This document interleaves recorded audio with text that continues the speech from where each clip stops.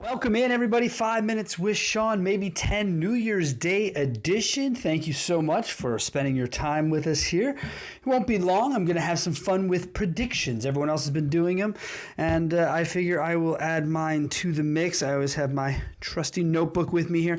Let's start off with the idea that we will have more cars, more inventory, less qualified buyers. Now, I know I caveat that for a reason. I'll get to that in a second. What it comes down to for me is that we ultimately are back to producing more cars, right, across the board. And even if manufacturers say we're going to keep it light, we're not going to produce as many, they can only say that for so long. Okay, they're mass auto manufacturers, so there will come a time where they abandon their last 3 years of reason and they will go back to making a bunch of cars. So when they do that, we won't have as many qualified buyers for two reasons. One, it's a little bit tougher for people to swallow, obviously, economically speaking, interest rates and more expensive vehicles, which vehicles are more expensive, right? Because they've gone up in MSRP throughout COVID, whether that's because of cost or because of the opportunity from the OEM standpoint to take advantage of the gross. Okay, they're not the only ones to blame here, but they started it, right? They saw that dealers were charging more, so they decided they were going to charge more. Okay, fine, fair, done. Next, what's next? Well, what's next is the idea that we as the dealers go out and sell the cars for additional gross on top of that. Okay, so we make some money, OEM makes some money, cool. Everybody wins, right? Wrong. We lose again because now in a 3-year buying cycle, and you're barely even into that, really, people who bought at the beginning of COVID, maybe, whatever, but people now, middle of COVID, end of COVID, aren't that far into the cycle, looking to get out of their cars. And unfortunately, gross has come back to bite us all in the ass, which is the number 2 thing I would tell you as a prediction, is that is what will happen, is gross comes back to bite us all.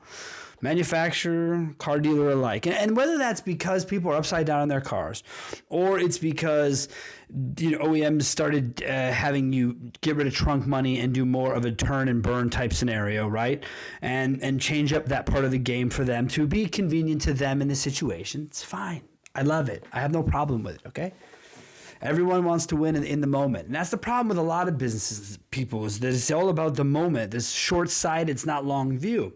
And I've always complained about this with our industry and the idea of too much gross. And I know, I get it. I'm not the guy who wants to make $4,000 a copy. I can settle somewhere less than that and have an opportunity to have repeat business, because now a lot of those people you helped, right, they're going to come back to you now. And remember when you paid up for their trade and everything was great and dandy, they were in an equity position?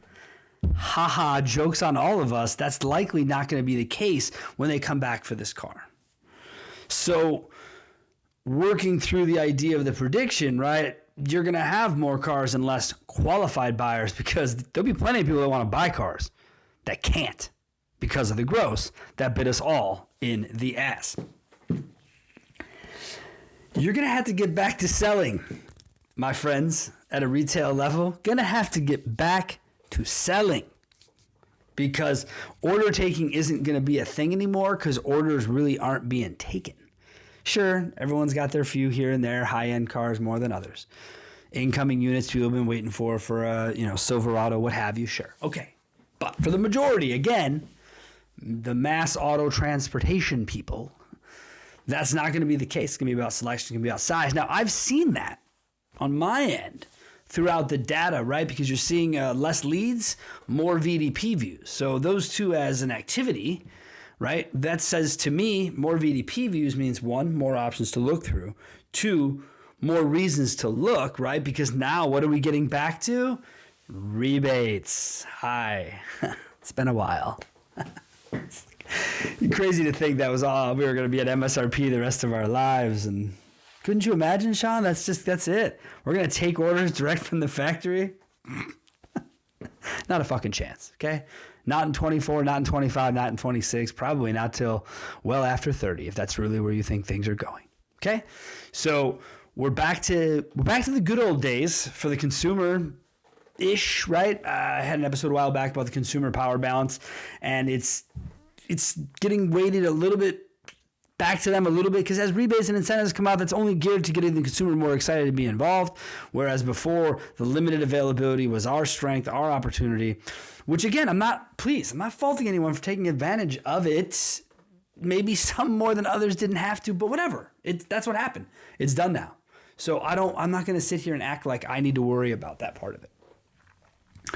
But it doesn't mean you won't see it in the data and you won't see it in the opportunities that are available to you. When we talk about the data part, let's take it into our next prediction, right? The next prediction, after getting back to selling and done order taking, is that everything in the Google sphere is going to continue to evolve, and likely in a frustrating direction before it gets better. That goes for GA4, that goes for Google Ads, Performance Max, VLA, whatever, however you want to put all that together, right, with the AI. Because let's face it, when the AI takes over, that middle person, right, that strategist available to these people really doesn't play a very major role. Plus, the more they change up the geography part of things and what can and cannot be said, it becomes a real plug and play thing. And so for my friends at the agency level, I think I've said this to you forever, is that remember, what sets you apart is your people and how you handle your customers. Because really right now, Google is doing the lion's share of the advertising. So this isn't like we're thinking, how can we outsmart the next guy? Unfortunately, it's not about that.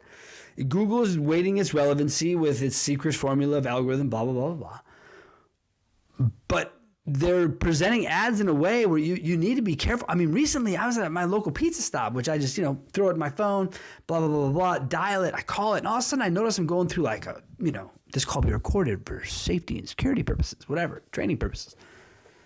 And I don't understand. This is weird. I've called this, I happen to just be in my phone without their number, just Googled it, whatever.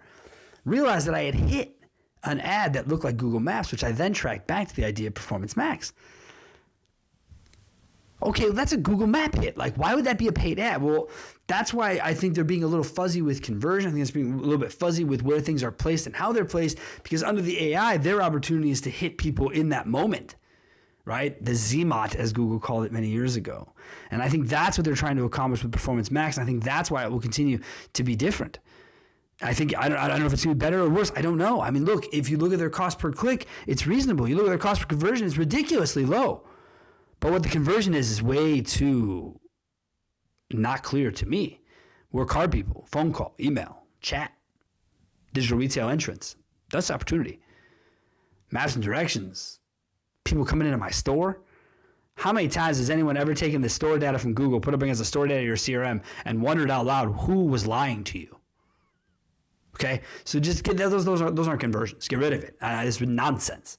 It's crazy nonsense. So we can do better. We have to do better there with that, and I'm looking forward to us doing that here, like I said, in the new year. Now, the final piece of the puzzle for me is going to be social media. Okay, you need to be on top of it.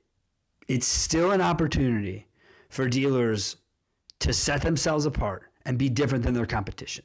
It really is. And I say this as someone who 4 years ago, you would have asked about social media and I would have told you, do not waste your time.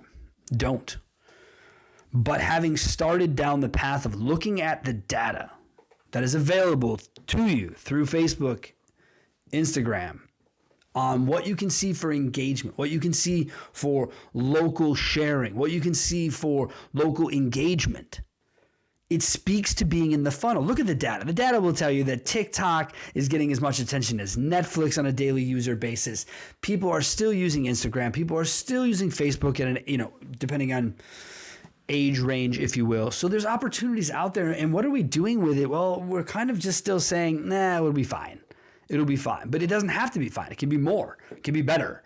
And you can do it. Again, self-serving only because I've been looking at the data. Yes, we've created a product for it. Great. The great Jeff Hunter is the man who runs that. Call him if you have any questions. It doesn't matter. He can only take on so many people anyways. This is a broader industry issue. It's a humongous industry issue still. So we're going to be out here this year. I'm going to be coming at you again. That's a prediction. This is a prediction that's going to come true. Being social 2024 is going to happen. We are lining up the roster. We already have some great people lined up to be there. This is not something I take lightly. I'm willing to invest my future. I won't be at any other shows next year, except for a couple of auto shows to accompany the aforementioned Jeff Hunter on his quest for killer content. Other than that, no industry shows except for the one we're putting on right here in the state of Wisconsin. Location to be determined, but it's going to be here, and it's going to be a great time for all. If you were at the first one, you're going to want to be at the second one. If you missed the first one, don't miss the second one. That's what I would say. That's how committed I am to social media. I want all of you to be the same. So please go out and do that.